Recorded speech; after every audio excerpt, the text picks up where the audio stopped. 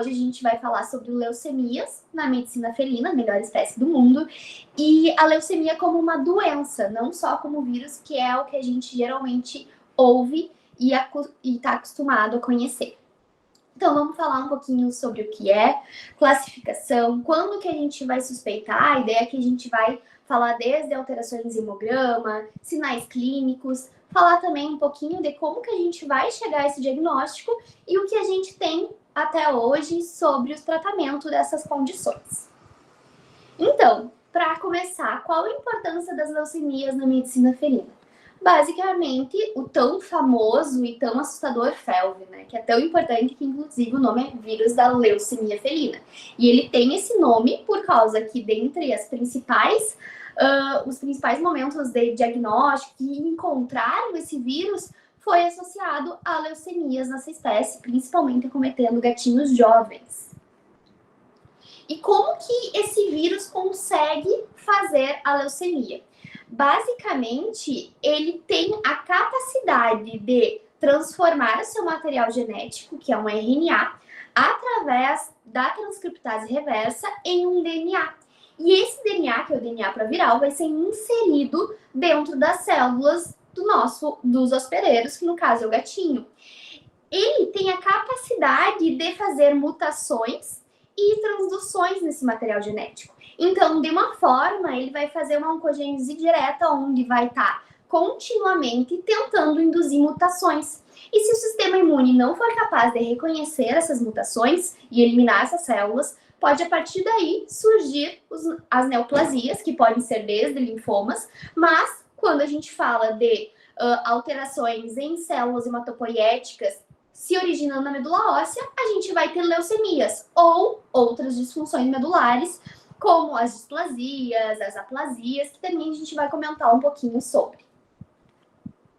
Bom, para começar, a gente tem que entender qual é o conceito de leucemia. Leucemia, basicamente, é um câncer que vai se originar a partir das células hematopoiéticas na medula óssea, tá? Tem algumas literaturas que ainda traz que a leucemia pode se originar do baço, mas basicamente a gente usa esse conceito e usa esse como a base da doença. Sendo que pode se originar das células hematopoiéticas, as células tronco, ele pode ter várias características, por causa que uma célula tronco, ela pode se dividir em duas principais linhagens, que são as células tronco mieloide e as linfóides. E a partir do momento em que ocorre uma mutação genética em uma dessas divisões, ela pode originar, então, um processo associado com a determinada linhagem celular que ele afetou, que pode ser não só uma, mas mais de uma. Então, revisando um pouquinho, a partir de uma célula tronco, a gente vai ter essas duas linhagens, onde a linhagem linfóide vai originar os linfócitos, que em ordem vem célula tronco, linfoblasto, prolinfócito, para depois se dividir em NK ou então linfócito T e linfócito B. Além das células linfóides, a gente tem as células não linfóides, que são a linhagem mieloide. A linhagem mieloide ainda consegue se dividir em três principais linhagens, que são a linhagem que vai dar origem às plaquetas, que são os megacariócitos, ou megacarioblasto, falando na célula tronco, né? Os mieloblastos, que são responsáveis por formar os granulócitos, e os granulócitos são desde os precursores de neutrófilos, eosinófilos, basófilos e monócitos, e também as células mieloides ainda vão dar origem às hemácias, que vão ter origem a partir dos rubriblastos. Por que é importante a gente entender esse conceito?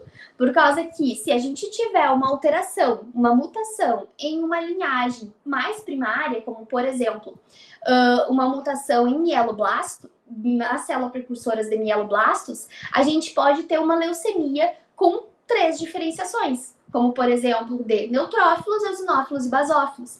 Então, depende muito aonde acontecer essa mutação.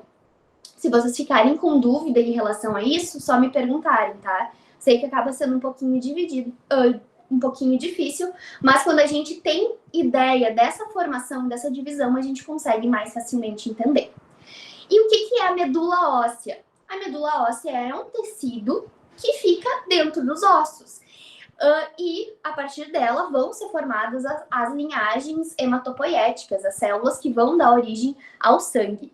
Uma coisa importante quando a gente fala de medula óssea é que ela é um tecido que tem um espaço determinado para ficar, que basicamente são os ossos, mas principalmente os ossos longos em gatos adultos, principalmente. E isso significa que a partir do momento em que a gente tem um tumor, ou seja, um aumento de volume celular de uma determinada célula, conforme ela vai crescendo num espaço que não tem como se expandir, ela ocupa o espaço das outras. E isso vai causando a diminuição das demais linhagens. O que muitas vezes é o que vai dar os sinais clínicos dos nossos pacientes. Ou seja, se a gente tiver um tumor de linfócitos, produzir muitos linfócitos pode ter uma redução ali de hemácias, uma redução de neutrófilos, e a gente vai ter um gatinho com anemia, por exemplo, tá? Então é importante a gente também entender esse conceito. Quando a gente fala de medula óssea, os locais onde que a gente pode fazer coleta dessa medula são principalmente a cabeça do úmero, o externo, o fêmur e também na asa do ilho. Só que em gatos a gente tem como um melhor local para fazer essa coleta realmente na cabeça do úmero, para vir uma amostra mais significativa da medula óssea. E além das leucemias, quando a gente fala em distúrbios medulares, a gente vai falar também de outras alterações. E essas alterações podem ser tanto das séries, quanto de número dessas séries. Por exemplo, a gente vai falar principalmente aqui da leucemia. A leucemia é quando a gente tem um tumor de células hematopoéticas, mas vai depender, para a gente classificar como leucemia, o número de blastos que vai estar nessa medula, tá? Então, é normal que a gente tenha um determinado número de blastos, só que a partir de determinado momento, uma porcentagem já não é mais o número normal. E quando a gente considera um gatinho que tem uma leucemia, um animal que tem leucemia, a gente considera uma contagem acima de 30% de blastos, pensando em leucemias agudas, tá? Porém, hoje na medicina humana se usa a partir de 20%. Provavelmente logo a gente vai ter essa mudança trazendo também para a medicina veterinária, onde a partir de 20% a gente já considere uma leucemia. Antes da leucemia, a gente tem o que a gente chama de displasia, que é onde a gente tem um aumento de blastos, um aumento dessas células de uma única linhagem, ou seja, ou eritroide ou linfóide, que é acima do valor de uma hiperplasia, mas não chega a ser o valor necessário para ser classificada como leucemia. Que daí a gente chama de displasia ou então síndromes mielodisplásicas, tá? Então, muitas vezes a gente não vai diagnosticar o gato com leucemia, mas com displasia, por causa que ainda não deu tempo a chegar àquele número absoluto. E isso a gente vê muito em gatinhos FeLV, porque é tão rápido que a gente ainda pega nesse processo.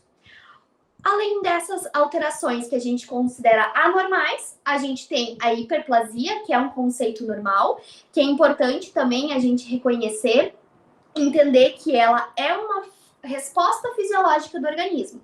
Então, por exemplo, um gato que teve uma perda de sangue aguda, ele vai ter uma hiperplasia do segmento eritroide, ou seja, uma hiperplasia de células da linhagem vermelha para repor esse sangue, esse volume sanguíneo.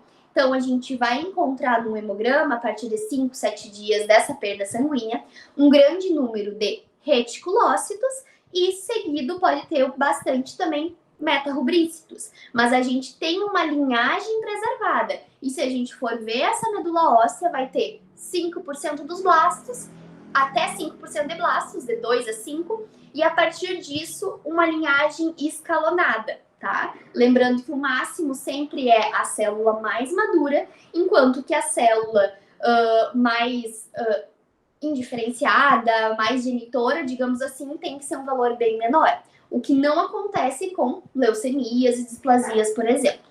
Também a gente pode ter aplasias e hipoplasias. As hipoplasias são aqueles casos onde tem uma redução do número normal dessas células, que pode ser de um ou mais segmento, e geralmente a gente pode ver de forma secundária uma leucemia, por causa do processo de mielopitise. E é importante a gente entender esses conceitos, porque se a gente for ver um laudo de mielograma depois, muitas vezes vai ter uma leucemia com aumento de 35% de células do segmento linfóide e uma hipoplasia do segmento eritroide, tá? Então, faz parte por causa do processo. E a gente também tem a aplasia, que quando não existe nenhum precursor ali de determinada linhagem. Uma aplasia pura é quando não tem nenhuma das linhagens, então a gente já considera uma medula afuncional.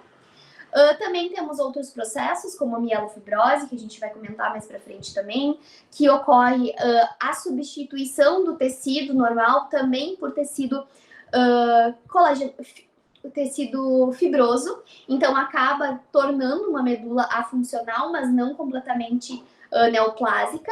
E a gente também pode ter processo de mielotoxicidade, onde ocorre uma morte dessas linhagens, mas eles ainda podem se recuperar, tá? E o FeLV acaba muitas vezes sendo responsável por causar, principalmente em momentos de infecção inicial ou então reativação, pensando em gatos regressivos. Aqui só para vocês observarem, quando a gente faz uma avaliação ali de medula óssea, existem vários critérios que vão nos ajudar a informar se essa medula está com hiperplasia, displasia, leucemia. E então a gente vai juntando as informações, vendo o número de contagem dessas células e também vendo, por exemplo, as características celulares, a relação da linhagem mieloide linfóide. Tudo isso são informações importantes para a gente fechar um diagnóstico de leucemia e de demais alterações. Aqui é mais para vocês terem uma ideia, porque muitas vezes a gente sai da graduação sem entender muito bem o que é a medula, né? Porque a gente trabalha mais com animais mortos, talvez na cirurgia, numa de ortopedia, a gente consiga ver uma medula, mas acaba não sendo tão palpável para a gente. Então, ali na foto é um osso cerrado, né, ao meio, onde na primeira a gente considera uma medula óssea, que é esse tecido ali mais esponjoso. A tendência é que com a idade ela vá diminuindo e fique mais ali nas regiões mais distais do osso, né? E ela tá muito vermelha, então provavelmente seja de um gato jovem. Leucemias eritroides, que é do componente ali vermelho, né, das hemácias, também podem dar uma imagem muito parecida, tá? Em gatos mais idosos. E a segunda ali é uma medula leucêmica, onde provavelmente a gente tem a substituição de toda a medula por tecido, por blastos de origem granulocítica, por exemplo, ou até mesmo de linfóide, por causa que a gente tem essa coloração branca, que é classicamente associada às células de defesa, tá? Então, provavelmente seja esse caso. Em relação à microscopia, na primeira imagem a gente vê o que seria o mais normal da medula óssea. É normal que a gente tenha pelo menos ali uns 50% de tecido adiposo, no animal saudável, só que varia muito de acordo com a faixa etária. Um gato jovem, por exemplo, tem muito menos, um gato idoso tem muito mais. Eu não vou lembrar de cabeça as porcentagens, mas é normal que a gente veja esses vacúolos, que é a falta de medula. E quando a gente tem componentes de hiperplasia, por exemplo, vai sendo substituído ali esse tecido por células hematopoéticas, tá? Mas, conforme a gente vai ter uma disfunção muito grande, como uma displasia, uma leucemia, a gente vai tendo, como na segunda imagem ali, microscópica, onde basicamente a gente só vê um vacúolo e o resto a gente vê um mar de blastos e de células hematopoéticas. E é isso que a gente chama de mielofitise, por causa que conforme ela vai crescendo, ela vai ocupando todo o espaço e a gente não tem espaço para os precursores normais. E isso vai refletir no hemograma. Vocês entenderam até aqui, gente?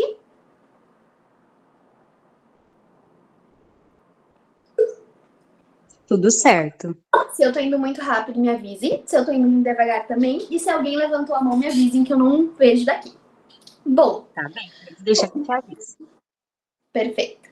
Começando agora em relação à classificação. A classificação de leucemias vai ser a mesma para praticamente todas as espécies. A gente tem uma classificação baseada na medicina humana, tá? E para classificar, a gente vai depender do tempo da evolução dessa leucemia, da morfologia celular e do grau de diferenciação. Lembrando só mais uma vez que a gente considera a leucemia quando a gente tem um aumento de blastos, ou seja, de células hematopoéticas progenitoras ali, entre 20% a 30%. Mais de 30% para a medicina veterinária por enquanto, mais de 20% se baseando nos termos de medicina humana, que provavelmente logo vai ter adaptação para nós, tá? Quando a gente fala de linhagem, a gente está falando da sua origem, se ela é mieloide ou linfóide.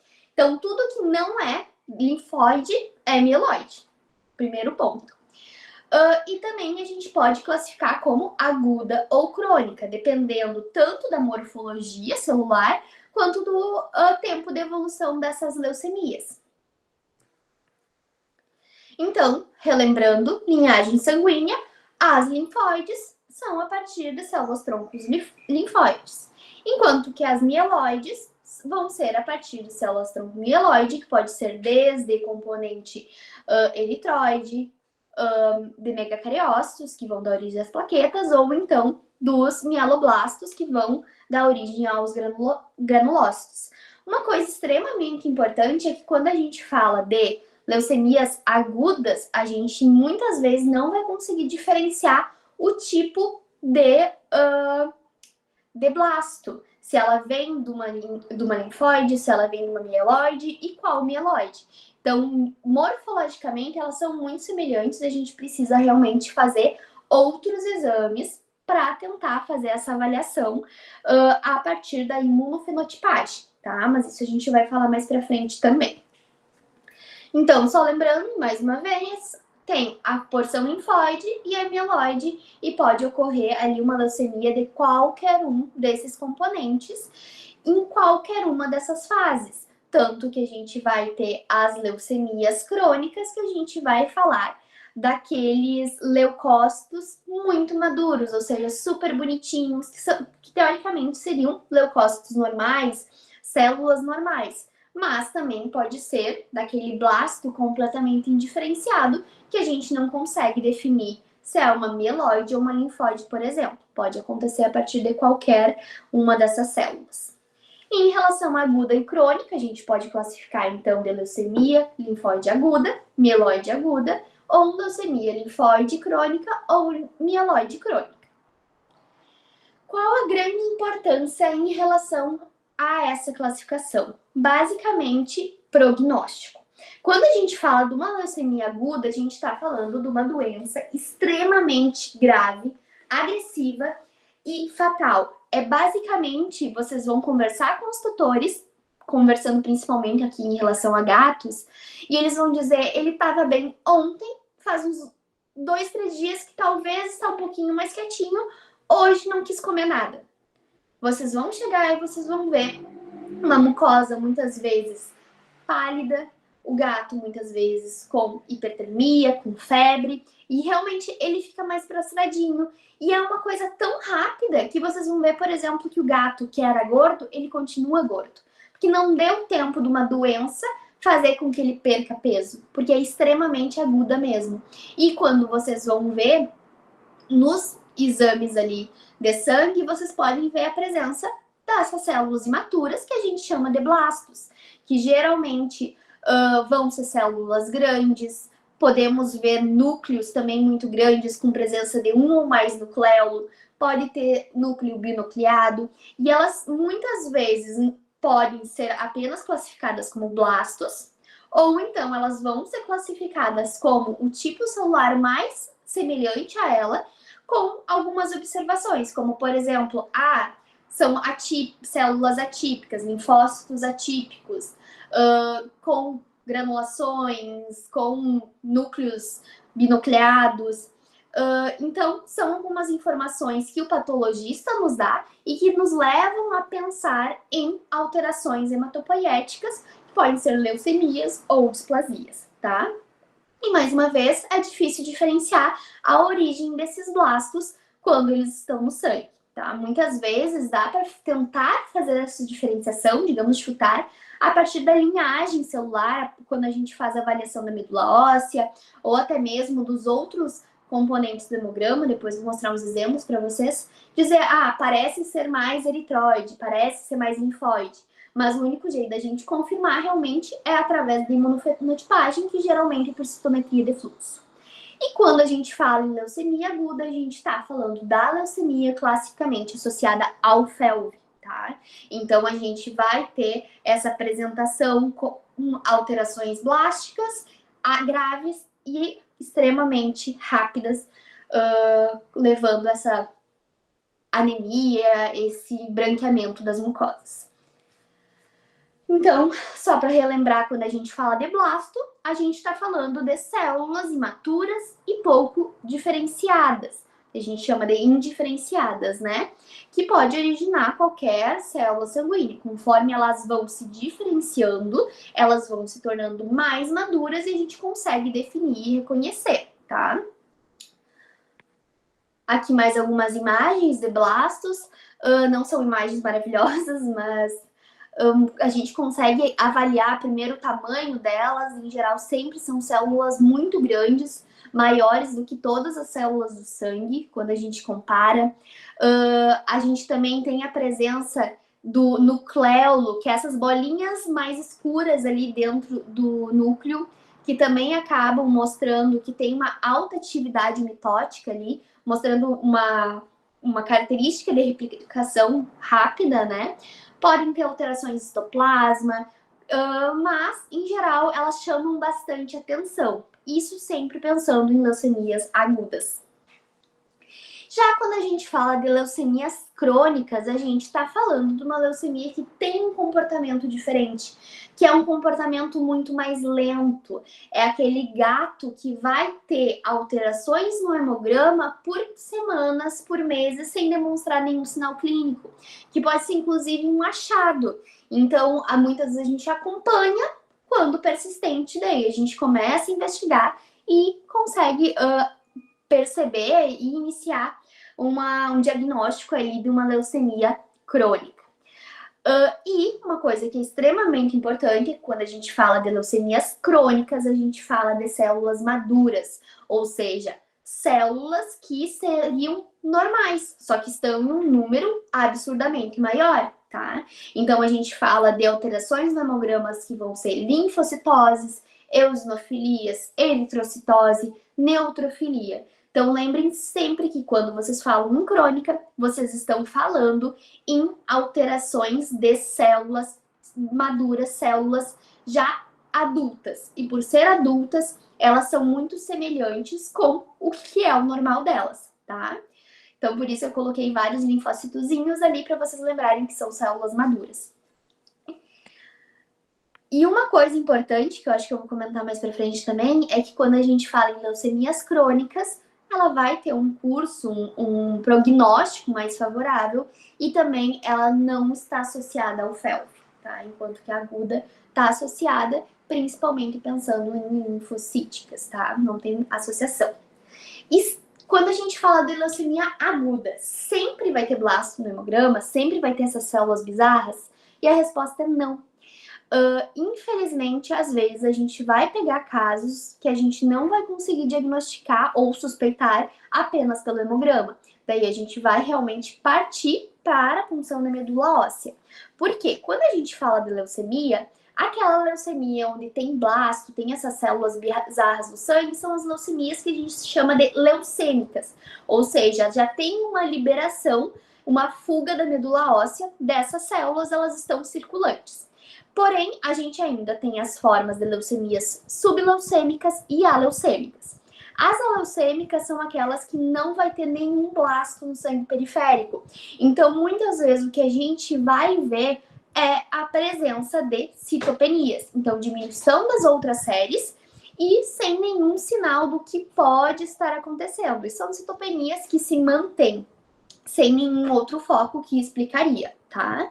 Já as subleucêmicas é aquela que de vez em quando tem uma fuga dessas células blásticas para o sangue, mas não vai ser todo o hemograma que vocês vão encontrar, tá? Então é importante saber essa diferença, por causa que se tem citopenia, por mais que a gente não tenha blastos, pensando em leucemias agudas, pode sim ser. Então a gente precisa investigar fazendo o exame a partir da coleta de medula óssea e avaliação dessa medula.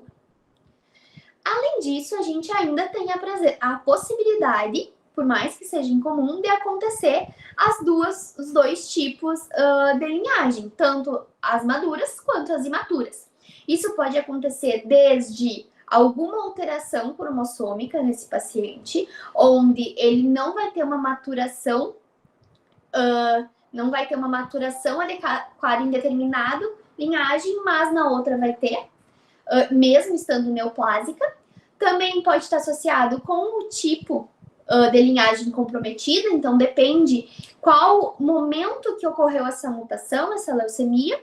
E o que é mais comum é a gente ter a chamada crise blástica, que é quando ocorre uma transformação de uma leucemia crônica, que ficou com meses, por exemplo, uma linfocitose, e a partir do momento começam a surgir blastos. Então, nesse momento, ela se tornou uma crônica em aguda e tende a ter o comportamento de uma aguda, ou seja, se tornar muito mais agressiva. Entenderam até aqui? Tudo certo. Perfeito. Então, agora, falando um pouquinho nas subclassificações das neoplasias, iniciando pelas mieloides, a gente então vai classificar elas em leucemia mieloide aguda, que é quando a gente tem mais de 20 ou 30% de blastos na medula óssea, e inclusive tem alguns autores que consideram que se no hemograma tiver esse valor, nós também podemos diagnosticar a partir do hemograma como leucemia, sem precisar dos demais exames, tá? Também vamos ter as doenças mieloides crônicas, que seriam as leucemias crônicas, que a gente ainda pode ter como termo doença mieloproliferativa crônica ou neoplasias mieloproliferativas. E elas são caracterizadas ali pela presença desse aumento de uma linhagem celular de uma forma significativa e perpetuante, né? Podendo ou não ter algum grau de displasia, mas caracterizada principalmente por ser facilmente reconhecida como a sua célula de origem. E a gente tem naquele meio termo que seriam as síndromes mielodisplásicas, que cai naquele conceito onde a gente não chega até a porcentagem blástica suficiente para a gente fechar como leucemia. Então, lembrando que a síndrome mielodisplásica, ela vai poder evoluir para a leucemia, porque basicamente é quando a gente tem um número de blastos menor do que a gente tem o ponto de corte para a leucemia, tá? E a gente vai ter a presença de displasias ou hipoplasias das demais linhagens e também a presença de citopenias no sangue periférico. Ou seja, a gente vai ter uma alteração clínica muito semelhante, só não chegamos no número de blastos para fechar como leucemia. Mas ela pode evoluir conforme vai avançando essa doença sem tratamento. Em relação às leucemias mieloide agudas, a gente ainda consegue subclassificar elas em 8. A gente não precisa decorar isso, tá? Elas são classificadas de M0 a M7, sendo que a M6 ela tem uma subclassificação em M6A e M6B. Aqui eu quis chamar a atenção para a M6, que é a leucemia eritrocítica aguda, que é a leucemia que a gente comumente associa em gatos felve. Quando a gente tem um gato felve, qualquer uma dessas pode se originar, tá? Mas a gente vê muito comum a leucemia eritrocítica aguda, ou M6. Tanto que na era pré-felve, aqui, pré-diagnóstico, ali por 2010, 2011, foi relatado pelos professores aqui do LPV uma série de casos com essa leucemia mieloide aguda M6, onde tinha população de gatos dividido em gatos mais idosos e gatos mais jovens, apresentando essa diferenciação. E o que é a leucemia eritrocítica aguda? basicamente é uma leucemia de eritroide, tá? Então, classicamente, o que a gente vê são os blastos, que a gente não consegue diferenciar, mas com uma grande quantidade de outros precursores eritroides.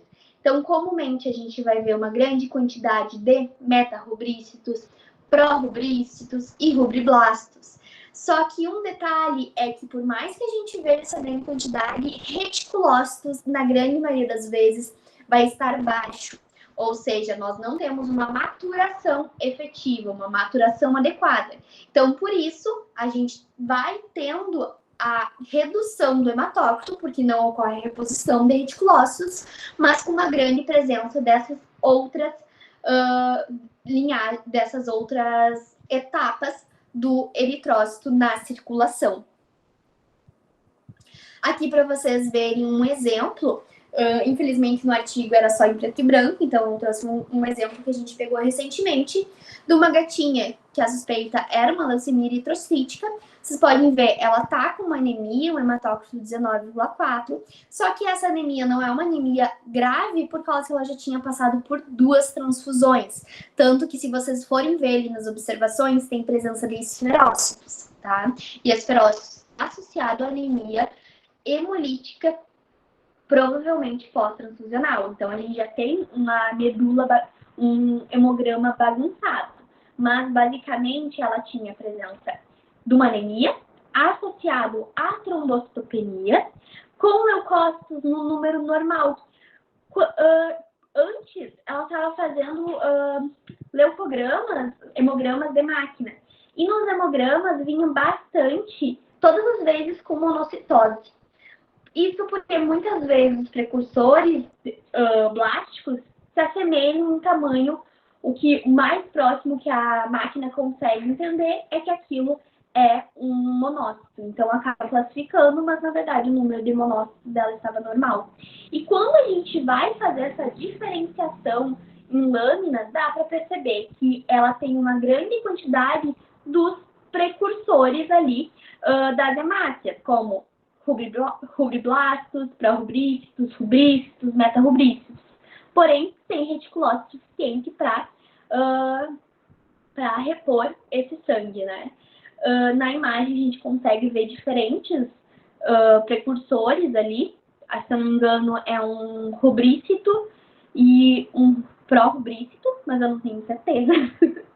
Mas muitas vezes, com essa apresentação, a gente cabe a pensar mais nessa linhagem eritrocítica, né? Mas nem sempre a gente consegue, a partir de uma leucemia aguda, identificar ou conseguir dizer qual a linhagem que está iniciando, tá?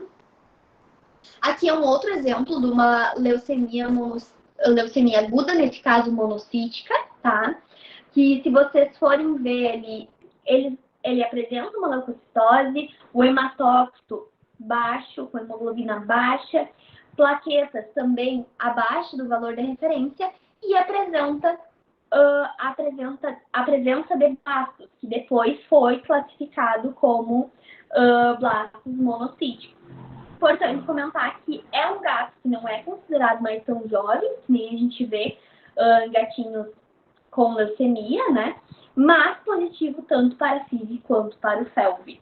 E quando a gente vê esses gatos, geralmente eles vêm para a clínica com ou anorexia, febre ou sinais respiratórios, por causa da diminuição desse hematócrito. Em relação às leucemias mieloides crônicas, a gente vai ter a classificação de acordo com a linhagem, que for o mais próximo. Então, a gente pode ter neutrofílica, crônica, basofílica, eosinofílica, monocítica, a eritrocitose primária, que daí a gente vai ter um aumento de eritrócitos, né? Então, a gente vai ter uma polissemia, a trombocitemia essencial, que é um aumento de plaquetas, chegando a 1 milhão, até mais. E a gente ainda tem a mielofibrose primária, que entra como uma alteração mieloide crônica. Então, aqui um exemplo para vocês de uma leucemia crônica eosinofílica, onde no hemograma tem uma eosinofilia absurda, um aumento onde os eosinófilos normais, segmentados, bem maturinhos, eles chegaram de 77 a 103 mil. Enquanto que os imaturos, que seriam como se fossem os bastões de neutrófilos, né, chegaram ali de 4 a 20 mil. Isso é uma eosinofilia absurda. Quando a gente fala de alterações eosinofílicas, de leucemias crônicas, a gente sempre tem que diferenciar dos quadros reacionais, tá? Mas os quadros reacionais, em geral, não vão chegar a valores tão absurdos. Valores absurdos, assim, a gente tem que colocar como nosso principal diferencial como leucemias, tá? Aqui tem o quadro das eritrocitoses primárias, que seria a leucemia de eritroides. E aqui a gente tem um dos quadros mais difíceis, mais diferentes quando a gente fala de leucemia. Porque ao contrário daquela anemia, a gente vai ter gatos com gestos, gatos com um hematócrito tão grande que os sinais clínicos vão ser associados à hiperviscosidade desse sangue. Então, eles vão ter tonturas, eles vão ter sinais respiratórios, vão ter sinais muitas vezes semelhantes a gatos com hipertensão. Então, a gente tem que colocar como um diferencial, lembrando sempre que vão ser células, vão ser hemácias maturas, tá? E a gente fecha o diagnóstico também através da punção de medula óssea. Aqui, um outro exemplo de uma leucemia crônica, onde a gente teve a leucemia a partir do precursor de granulócitos antes da diferenciação. Então, eles conseguiram se diferenciar a partir disso em neutrófilos, eosinófilos e basófilos. Haviam 3 componentes leucêmicos nesse caso. Então, também é algo interessante que também pode acontecer. Aqui na primeira imagem no hemograma e evidenciando principalmente eles maduros. E a segunda imagem da medula óssea, onde a gente vê os blastos ali em maior número. E da mielofibrose primária, basicamente é uma alteração onde eu já havia comentado, mas que a gente vai ter uma proliferação de fibroblastos e isso vai fazer com que ocorra, de certa forma, uma fibrose nessa medula óssea. E, além disso, vai estar associada com uma hiperplasia, com alterações, podemos até mesmo ter uma displasia de megacariose, tá? Então, ela acaba tendo uma característica um pouquinho diferente e até a punção acaba sendo uma punção mais seca, onde não vem tanto conteúdo de sangue, por causa que realmente tem ali bastante fibrose, fibroblastos. Sinais clínicos delas também um pouquinho diferente, onde a gente vai ter principalmente alterações displásicas em plaquetas e trombocitose. Esplenomegalia e anemia são comuns em qualquer outras alterações leucêmicas, tá, gente? Falando agora um pouquinho das leucemias linfóides, elas acabam sendo mais simples, onde a gente só caracteriza elas como aguda ou crônica. Uma coisa importante é sempre lembrar que quando a gente fala de associação com o FeLV, a gente tem basicamente alterações de leucemias linfóides agudas, leucemias mieloides agudas e os distúrbios mieloproliferativos crônicos, como as displasias, tá? Associados com o FeLV. Leucemias linfóides crônicas não têm associação direta com esse vírus. Aqui eu gostaria de mostrar um exemplo para vocês, onde que a gente vai ter uma leucemia linfóide aguda. Como que ela é caracterizada? Varia bastante, gente. Mas, basicamente, a gente pode ter um aumento de linfócitos ou linfócitos num número normal, maduros.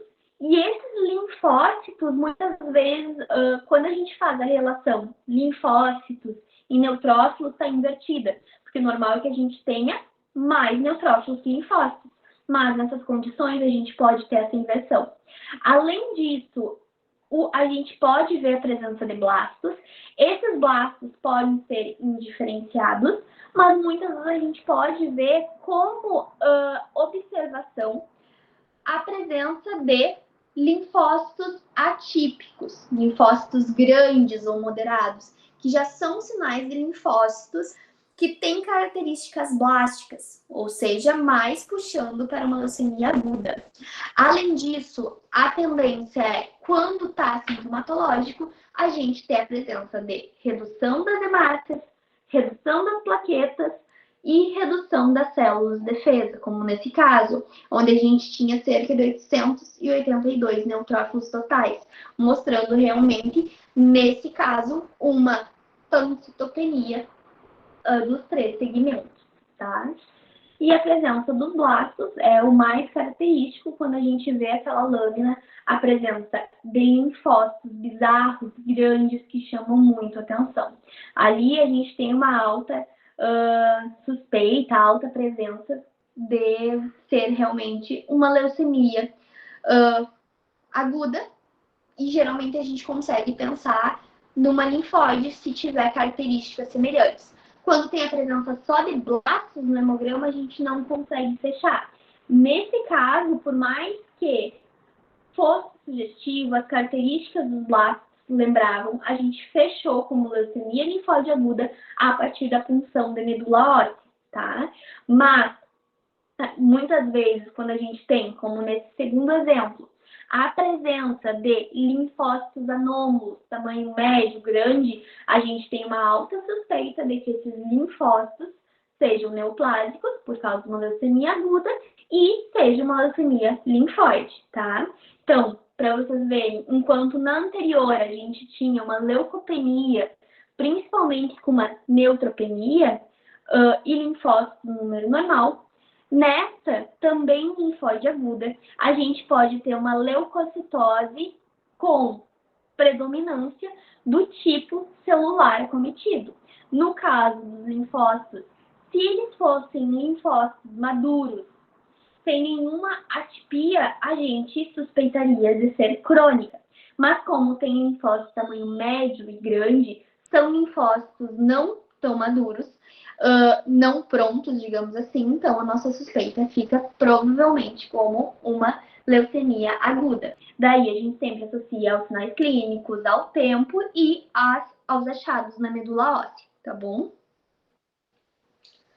Em relação à leucemia linfocítica crônica, e aqui é uma coisa que é interessante, quando a gente fala de leucemia aguda, a gente fala linfoblástica, mieloblástica.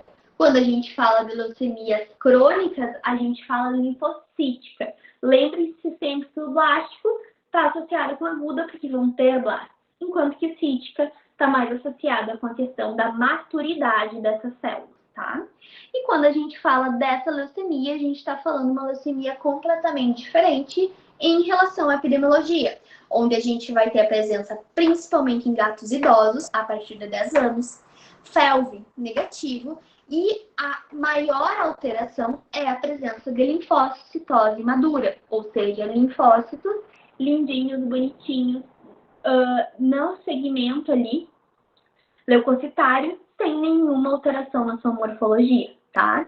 Em geral, essas linfocitoses podem variar de 20 a 500 mil, sendo que até 40 mil pode ser considerado uma linfocitose reativa.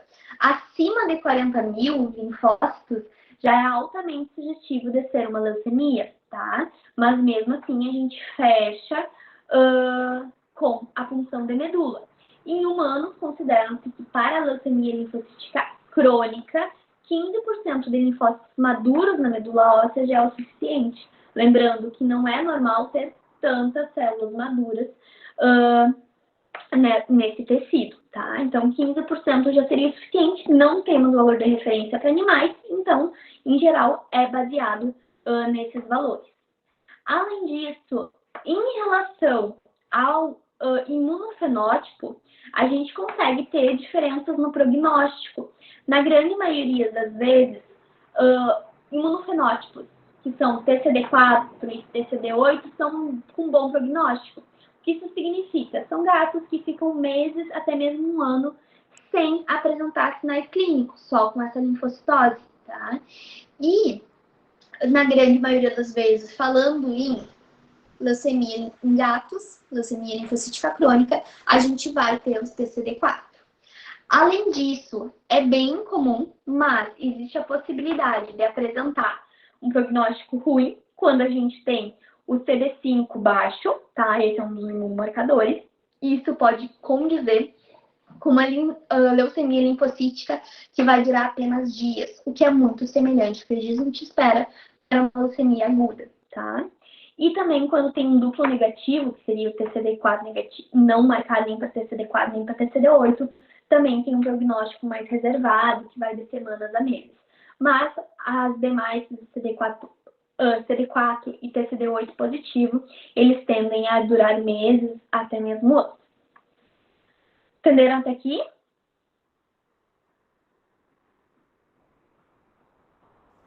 Tudo certo. Então, agora, começando as formas de diagnóstico, para a gente fechar um diagnóstico, basicamente, na nossa região, a gente utiliza a união dos sinais clínicos. Isso também inclui epidemiologia, a presença do felvo, por exemplo, os achados no hemograma e o mielograma, tá? Isso na nossa região. Regiões maiores ainda tem a imunofenotipagem de uma forma mais fácil. Mas, falando nossa região, é a união dessas três informações. Quando a gente fala de sinais clínicos, a gente vai ter tanto sinais sistêmicos, que na maioria das vezes são inespecíficos, sinais das mielofitícios, que são de anemia, trombocitopenia ou neutropenia, e também sinais de metástase ou disseminação. Os sinais de metástase, na verdade, significa quando a célula blástica sai da medula óssea e vai para o sangue, então a gente vai ver blasto no sangue, vai para os tecidos, os mais comumente afetados são baço, fígado e linfonodos, porque são tecidos hematopoiéticos, onde essas células já vivem normalmente, e algumas vezes podem também acometer outros órgãos, como por exemplo, rins, intestino. Uma vez na patologia a gente pegou uma leucemia eosinofílica que tinha metástase para o intestino e para o rim, assim, era tudo rosa, era lindo de ver. Isso pode acontecer, não é o mais comum. Muitas vezes a gente acaba até vendo micrometástases durante a necrópsia, mas não uma alteração que veria, por exemplo, na clínica, tá? E quando a gente fala em relação a essas metástases, é extremamente comum quando a gente se depara com um gato leucêmico, que além dessa anemia, além desses sinais associados com a mielofitise, a gente também tenha gatos com hepatomegalia, com esplenomegalia e algumas vezes até mesmo com linfomegalia. É muito comum na necrópsia a gente abrir o cadáver e ter a presença daquele baço gigantesco. Isso sim é uma esplenomegalia, fazendo a curva. Na palpação, vocês conseguem muitas vezes sentir também, inclusive em gatos gordos, porque em geral em gatos gordos a gente não consegue, mas é tão grande que a gente consegue encontrar as bordas do baço, tá? Também, para fechar o diagnóstico, é possível fazer punção do baço, do fígado, mas aí a gente acaba ficando com dificuldades de saber se foi uma leucemia que metastatizou ou um linfoma que leucemizou, ou seja, que fez metástase ali para a medula, também pode acontecer. Em relação aos sinais sistêmicos, então é extremamente comum a gente ver quadros de febre, esses gatinhos podem ter uma febre leve, até mesmo grave, lembrando que quando a gente fala de um câncer, inclusive de uma leucemia, a gente está falando de células neoplásicas que liberam uma grande quantidade de citocinas inflamatórias. E isso causa um mal-estar absurdo. Então, muitas vezes a gente vai ter esse gatinho mais quietinho, não quer comer, tu vai ver ele tá quentinho, tá com febre. E muitas vezes dar uma dipirona a gente já consegue dar um bem-estar muito importante para eles, tá? Além disso, eles têm uma certa apatia. A anorexia geralmente está mais associada com esse quadro de mal-estar, tá? Mas também pode acontecer por causa da anemia. E em relação à perda de peso, pode acontecer em leucemias crônicas, porque leucemia aguda geralmente não dá tempo de perder, do gato perder condição corporal, tá? Também é uma das sinais mais comuns quando a gente pensa em leucemia, palidez de mucosa, tá?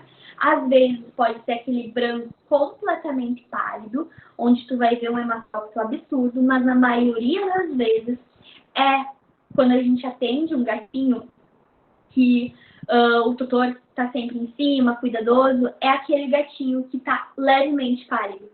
A mucosa está pálida, mas não é aquela anemia absurda. Geralmente é um 20, 18 de hematócrito, mas é o começo, tá? E a tendência é muito rapidamente já chegar a 8, 10 de hematócrito. Cansaço, prostração associado à anemia, por causa que diminui a concentração de hemácias, né? Não, por causa da mielofitise, não ocorre essa reposição das hemácias e acaba tendo quadros de hipóxia por baixa de oxigênio. A taquipneia e a taquicardia também vão acontecer de uma forma compensatória. Eles tendem a ficar mais paradinhos para poupar energia, poupar oxigênio, e vão ter um aumento da frequência cardíaca para bombear melhor e um aumento da frequência respiratória também para tentar captar um pouquinho melhor esse oxigênio. E alguns gatinhos podem chegar à respiração com boca aberta, ou por estresse, ou por realmente estarem descompensando da anemia. É muito difícil eles chegarem a respirar com a boca aberta, é só realmente no momento que eles parem de compensar, tá?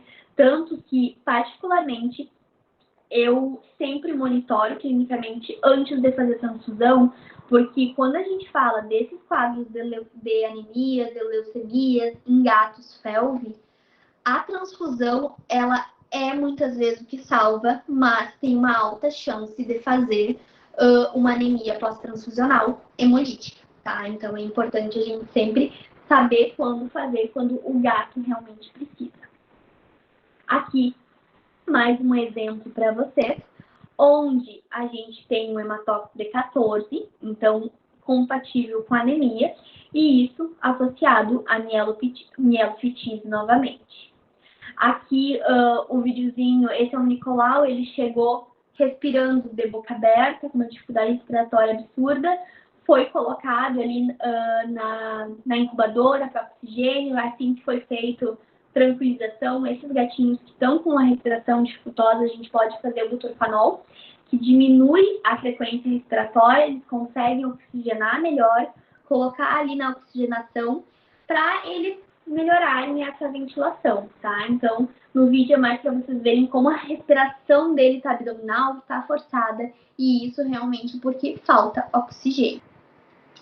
Também é bem comum, mas pode acontecer, a presença de hemorragias por causa da trombocitopenia.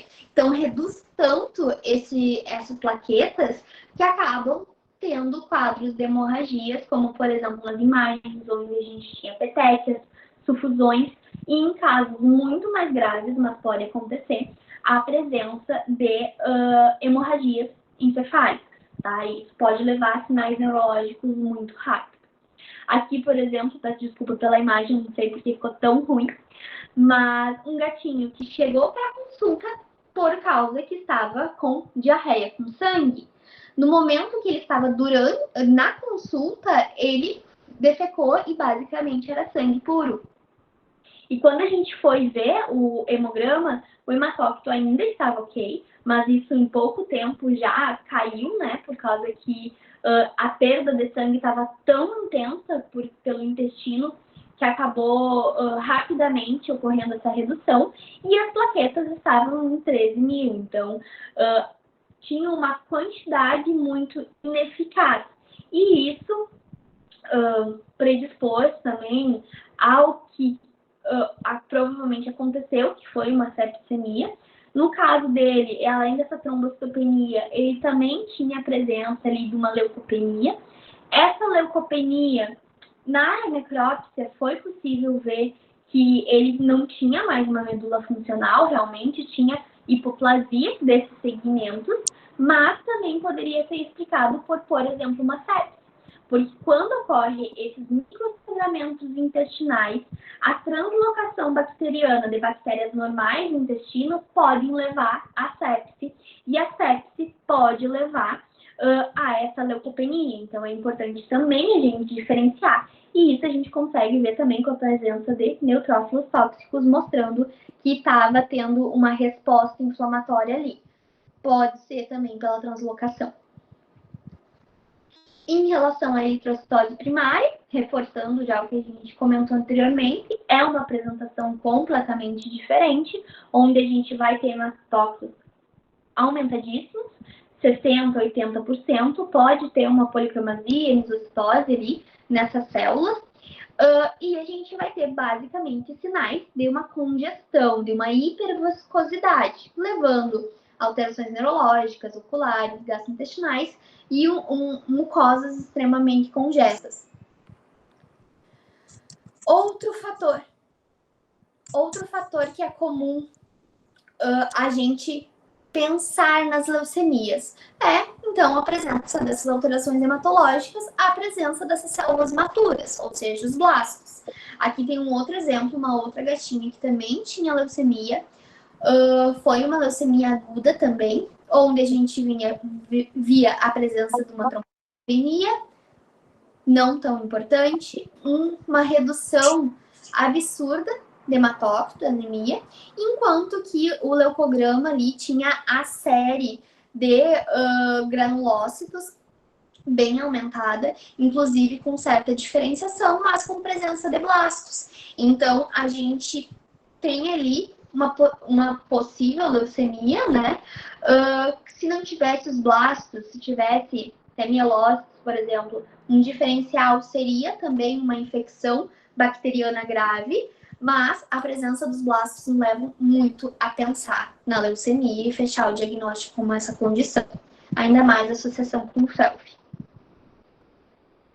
Citopenias persistentes também são extremamente importantes. Esse caso é de um gatinho, um paciente meu, o Sabino, que ele teve, os tutores notaram que ele estava um pouco mais quietinho, cheguei mucosa pálida, o hematócrito estava 22, não é um absurdo, mas já mostrava que ele estava anêmico, e ele tinha característica de ter leucopenia, e essa leucopenia persistente, tá? E além disso, ele tinha a presença de metarrubícitos em grande quantidade. Ele chegou uma época a fazer 300% de metarrubícitos sem reticulocitose. Então, mostra ali a alteração onde a gente tem a presença, a diminuição de alguns tipos celulares e com o aumento de uma célula em comum, que nesse caso seria os metarrubícitos. A inversão de neutrófilos linfócitos também é extremamente importante. Lembrando que gatos jovens podem ter linfocitose normal, porque o sistema imune está sendo produzido, tá? Então, não dá para esquecer que essa inversão pode acontecer em gatos jovens e também pode acontecer em gatos reativos e estressados durante a coleta por causa da adrenalina que é liberada. Aqui, também a gente não pode esquecer no aumento importante de um único tipo celular no hemograma, como, por exemplo, o caso da leucemia eosinofílica, tá? E aqui, só para mostrar para vocês como a leucemia, por mais que seja uma leucemia linfóide aguda, a gente tem diferentes formas de apresentação. Se vocês compararem o primeiro e o segundo caso, a gente vai ter um hematócrito completamente variável, onde o primeiro, ele não chegou nem a causar uma anemia, por causa que foi um aumento tão importante, tão rápido de blastos no sangue, que não chegou a dar tempo de diminuir esse hematócrito que estava viável. Enquanto no segundo a gente teve já os sinais de mielofetise, onde não houve reposição dessas hemácias. Então, uma mesma condição, dependendo do tempo, pode causar diferentes hemogramas, desde aumentos absurdos, esses aumentos com ou não a presença de blastos, ou até mesmo a redução das células, levando a citopenias importantes. Por último, a gente fecha o diagnóstico aqui na sua região através do mielograma, lembrando que a avaliação da medula pelo patologista vai levar em conta várias informações, características celulares, número, mas basicamente o que a gente vai ter é a presença de uma porcentagem aumentada de blastos de um tipo celular. Novamente, pode ser mais de 20 ou mais de 30, dependendo de qual espécie, né? Hipoplasias e displasia das demais linhagens e a mielofitise, que vai ser responsável pelas citopenias. Como nas imagens ao lado, vocês veem todas essas células grandes, com núcleos grandes, são blastos. E não é normal que a gente tenha tantos blastos assim. E isso vai levando a ocupar espaço e levando aos sinais clínicos que a gente vê quando o paciente chega para atendimento. Aqui, só para vocês verem em relação às formas de coleta, foi um trabalho feito pelo Prof. Dani, mostrando como que a gente faz as diferentes coletas. Lembrando que para gatos, a cabeça do húmero é a de predileção, por mais que varia bastante de acordo com o patologista, como ele quer coletar. E uma coisa muito importante é que quando se faz a coleta de medula, é de extrema importância que venha espículas ósseas, porque as espículas ósseas vai ser onde estará em torno a medula óssea, digamos, presa, porque senão é fácil confundir com o sangue que pode ter contaminado. Então é importante o patologista conseguir pegar essas espículas para conseguir fazer essa avaliação adequada, tá? Senão é considerado material insuficiente para diagnóstico muitas vezes.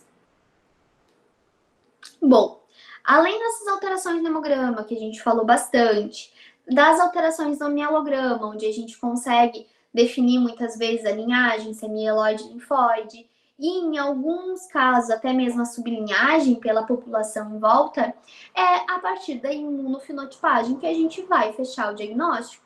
E a melhor técnica seria a citometria de fluxo, o nosso exame ouro para fechar o diagnóstico de leucemia. A citometria, basicamente, é fazer o imunofenótipo a partir de fluidos, ou seja, de secreções. Pode ser desde o esfregaço vindo do hemograma, e isso a gente faz só se for numa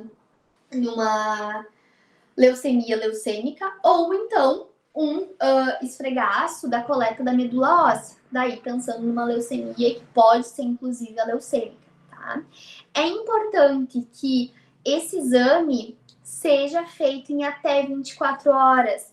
Então, na nossa região, por exemplo, não é algo viável, porque só o tempo de coleta e encaminhar o exame, a gente acaba perdendo a amostra, né? Ela precisa ser fresca para fazer a avaliação a partir dos marcadores. Aqui tem alguns exemplos de marcadores para fazer essa diferenciação dos diferentes tipos celulares usados para medicina felina, mas é algo que realmente a gente sempre vai de atrás para descobrir e tem a colinha, né?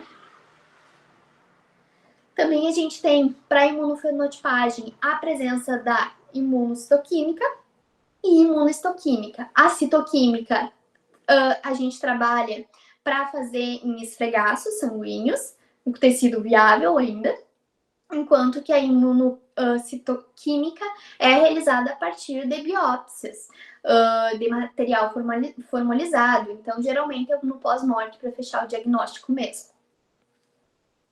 E nós ainda temos uma outra técnica, que é a PAF, que é uma técnica para avaliar o teste de clonalidade. Ela só é utilizada para alterações de linfócitos, tá? Então, basicamente, a gente consegue definir se é linfócito T ou B, e também a gente consegue definir se eles são irmãos, são clones ou não. Quanto maior a clonalidade, maior a chance de ser uma leucemia. Porque para ser leucemia precisam ser gêmeos, ser células iguais neoplásicas. Enquanto que, para diferenciar, por exemplo, de uma linfocitose reativa, a gente teria uma maior heterogeneidade em relação a esses clones. Eles não seriam idênticos, daí a gente associaria uma linfocitose reativa.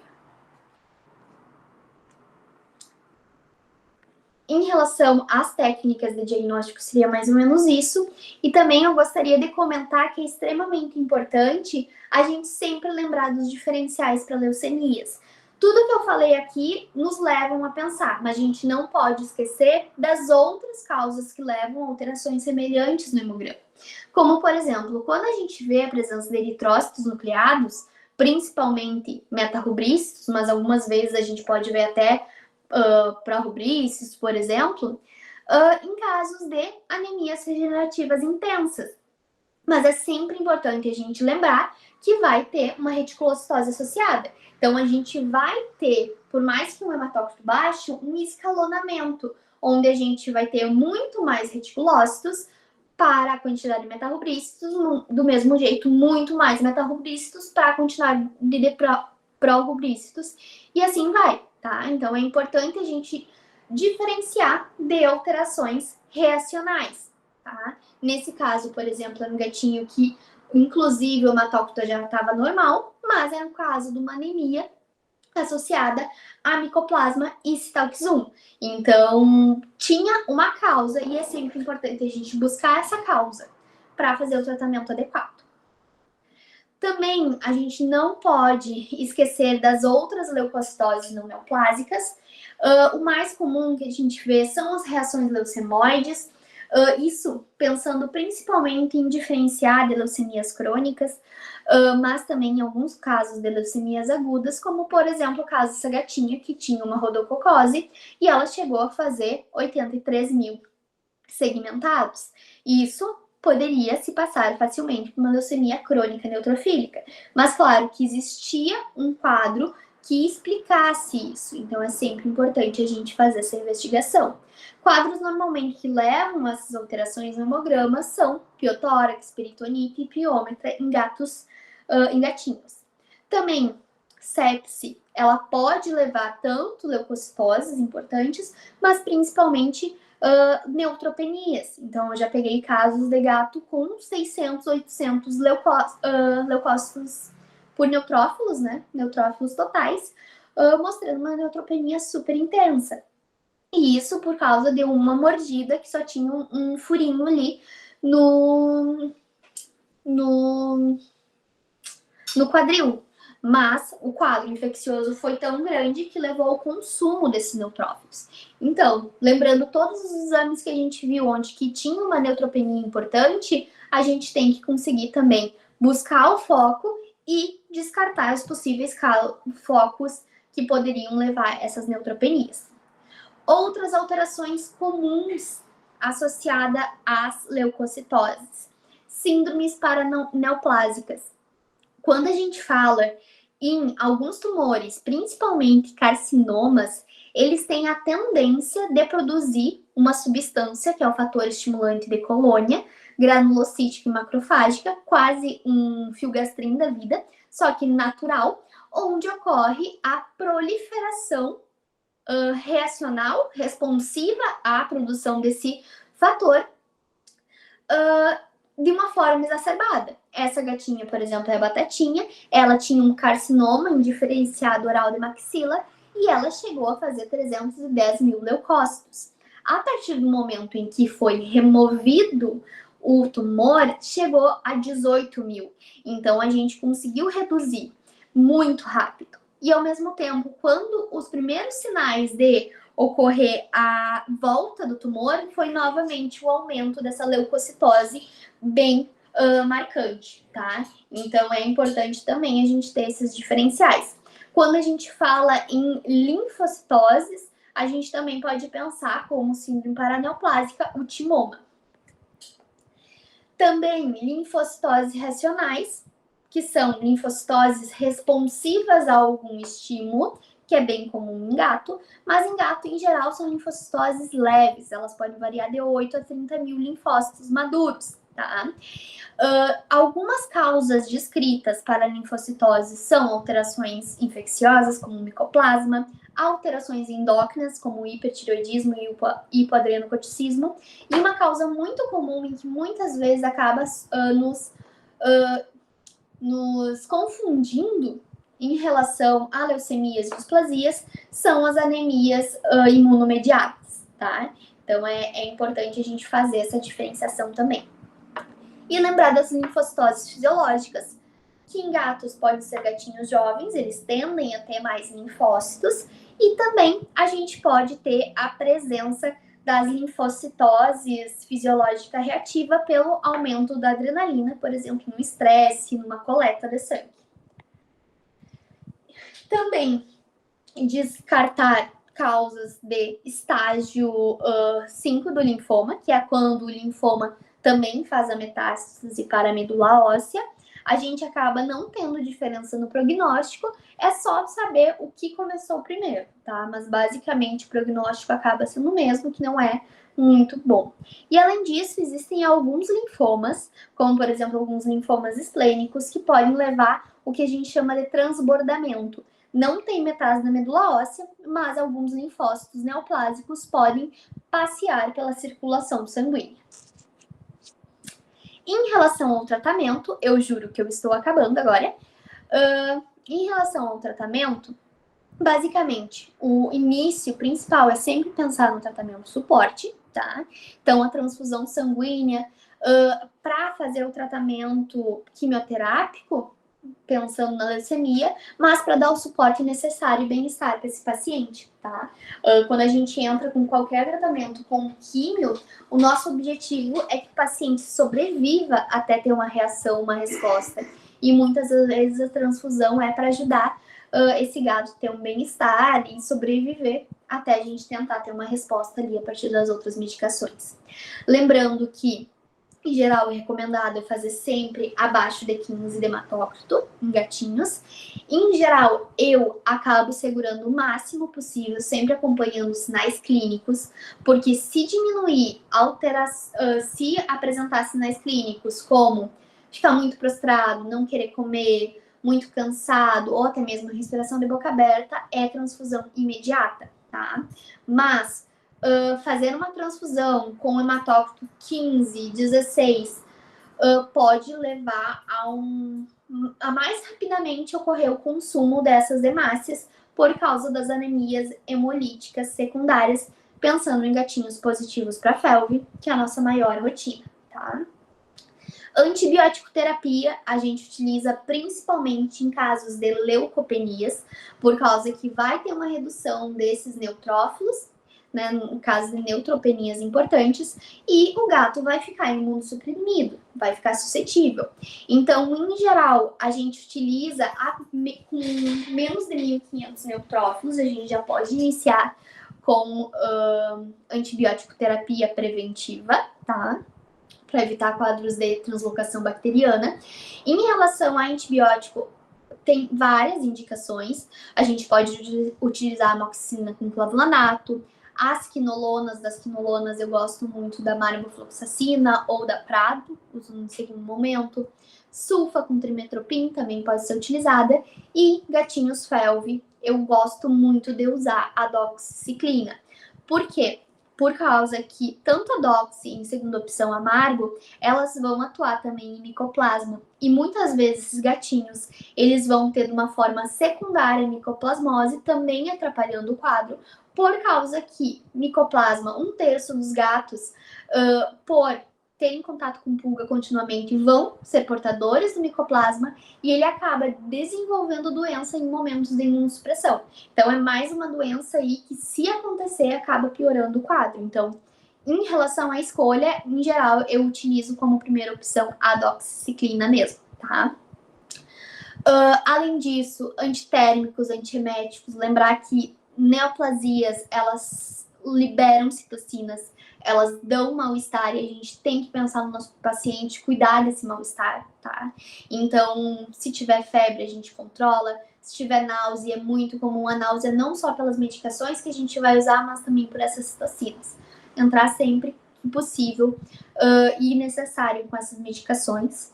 O corticoide, independente se for um tratamento paliativo ou quimioterápico, ele sempre vai estar associado no controle de tumores hematopoéticos, tá?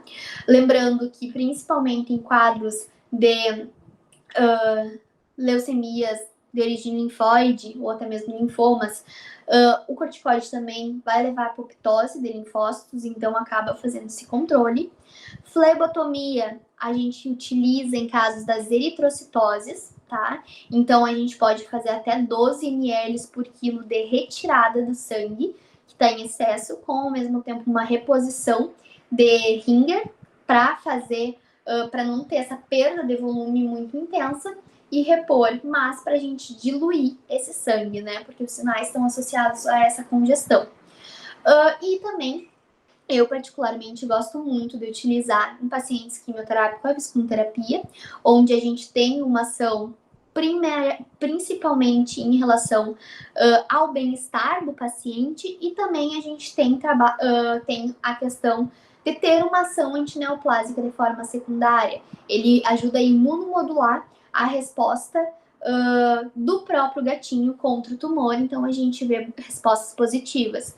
Eu tive uma paciente que, com leucemia linfoblástica, sobreviveu 5 meses. Então, assim, a literatura traz dias para as leucemias agudas, né? Então, às vezes a gente foge da literatura e essas medicações associadas nos ajudam muito. Então, gosto bastante de utilizar. E pensando em gatinhos FeLV positivo, antirretrovirais, hoje a gente tem de mais fácil acesso o Tafic, para tentar reduzir a carga viral, porque mesmo tratando uma leucemia, a gente sabe que o FeLV continua ali tentando, né, interferir na imunidade, tentando causar mais doença. Então, o antirretroviral é para tentar acalmar esse quadro aí, tá? Também temos o Raltegravir, mas ele acaba sendo bem mais caro que o Tafic. Em relação ao tratamento específico, quando a gente fala de leucemias linfóides agudas, a gente trabalha muito com um protocolo semelhante aos linfomas, tá? Linfomas agudos, onde a gente pode utilizar protocolos como LOPH ou CHOP, tá? Eu gosto muito do LOPH ou da lomustine sozinha, tá? Porque a lomustine tem uma ótima ação em medula óssea, a gente vê uma boa resposta e consigo ver a maior sobrevida quando a gente utiliza ela. Muitas vezes já tentei utilizar o LOPH, mas a resposta parece não ser tão efetiva quando a gente acaba utilizando a vincristina ou a doxorubicina. Eles acabam decaindo um pouco nesse período. Também temos um outro protocolo, que é a lomustina com citarabina e metotrexato. Lomustina na mesma dose que eu falei anteriormente. Citarabina seria 300 mg por metro quadrado subcutâneo. E metotrexato, não consigo falar de primeira, 0,5 a 0,6 mg quilo IV. O espaçamento entre cada um desses quimioterápicos são 21 dias, tá? 21 ou 15 dias, depende do paciente. Mas também vira uma boa resposta nesses casos. E quando a gente fala em boa resposta, é uma sobrevida de alguns meses, tá, gente? Nas leucemias mieloides agudas, a gente também pode fazer o CHOP, também pode fazer a lomustina, mas a gente vê também muitos protocolos associando a citarabina como uma boa resposta. Eu, particularmente, nunca utilizei a citarabina, mas na literatura traz como uma boa resposta tanto ela sozinha, quanto associada com a doxo, ou associada com ciclo, vinc e pred, tá? Em todos eles, a pred, o corticóide vai estar associado. Em relação às alterações mieloproliferativas crônicas, as leucemias crônicas, a gente tem como medicação a hidroxureia, tá? A neutrofílica e a eosinofílica são as mais comuns, mas para a eritrocitose também a gente usa ela, tá? Inicia o protocolo que a gente chama de indução com diferentes doses que a gente pode utilizar, ou 25 mg quilo a cada 24, ou 50 a cada 48, ou então 125 mg gato a cada 24, 48 horas, tá? E a gente utiliza esse protocolo até acontecer uma melhora desse hemograma, até a gente ter uma estabilização. A partir daí, a gente pode passar para o período de manutenção, que seria uma dose um pouco menor, que é 15 mg quilo a cada 24 horas. Já a leucemia linfóide crônica, ela vai ter uma característica de baixo grau, né? Então, a gente trata tumores de baixo grau como o linfoma intestinal linfocítico, tá? Que é através do uso do clorambucil e a prednisolona. Lembrando que o clorambucil, ele tem 3 protocolos comumente utilizados, onde a gente pode utilizar segundas, quartas e sexta, um comprimidinho de 2 miligramas, ou 20 miligramas por metro quadrado a cada 14 dias, que são os protocolos que eu mais utilizo. O de 20 miligramas para gatinhos mais sensíveis e o mais intenso para aqueles gatinhos mais que toleram melhor.